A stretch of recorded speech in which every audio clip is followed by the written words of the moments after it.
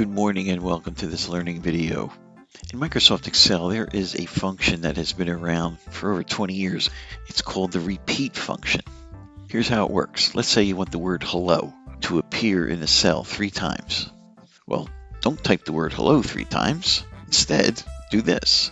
Equal REPT, left paren. I need to put the text in double quote marks. I type the word hello. I want a space after so it doesn't run all together. Close the double quote marks, comma, and then how many times? 3.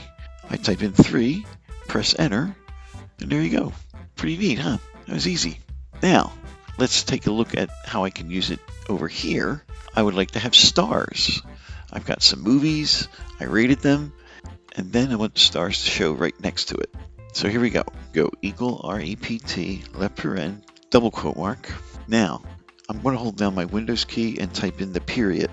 And what Microsoft Windows does is it allows me to search for emojis, GIFs, symbols. So I type in the word star, and there it comes. I click on it, type in the double quote mark, then comma, and then the cell that contains how many stars I want. In this case, it has 4. Press enter, there's my stars. And then I can use the autofill. And then if you don't like the color, you can click on one of them and change the colors right on the font button right there.